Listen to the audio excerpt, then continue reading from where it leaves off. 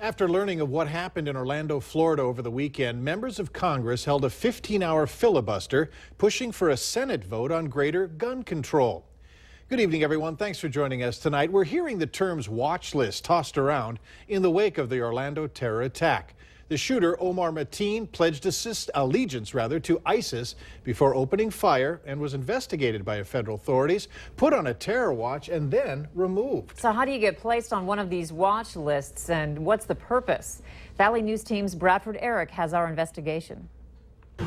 There could be more than a dozen government watch lists out there, including the no-fly list, most wanted list, and terrorist exclusion list. Are you on a government watch list? No, not that I know of. Does it concern you that you might be on one, but you don't know? Well, I fly a lot, so I guess I would know by now if I was.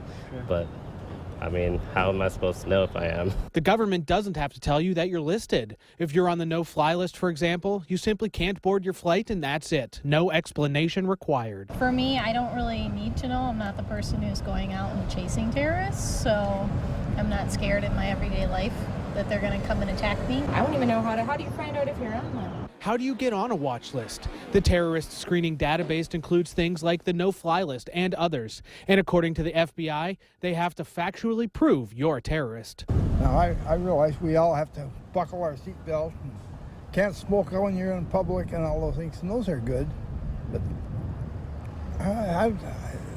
we have to know what's going on, I think, you know.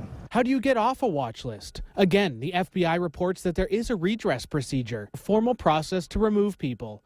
Basically, you have to contact the specific agency. If you're on the no-fly list, it's Homeland Security. Denied a visa application, that's State Department. And go from there. Bradford Eric, Valley News Live. There have been high-profile mistakes, too, with these lists, including the name of a 7-year-old boy being flagged as a terrorist, and even the late Ted Kennedy being stopped from flying. Today, we checked with our North Dakota and Minnesota senators on where they stand on these issues. I am a strong supporter of this legislation as a common sense measure to keep guns out of the hands of potential terrorists.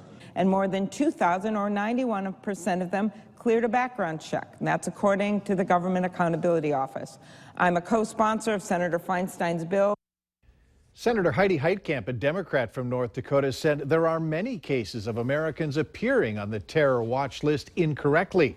I'm open to working on legislation to address the terror watch list more thoroughly. Senator John Hoeven, the lone Republican on this list, said we need a legislation that would prevent terrorists like Omar Mateen from getting a gun.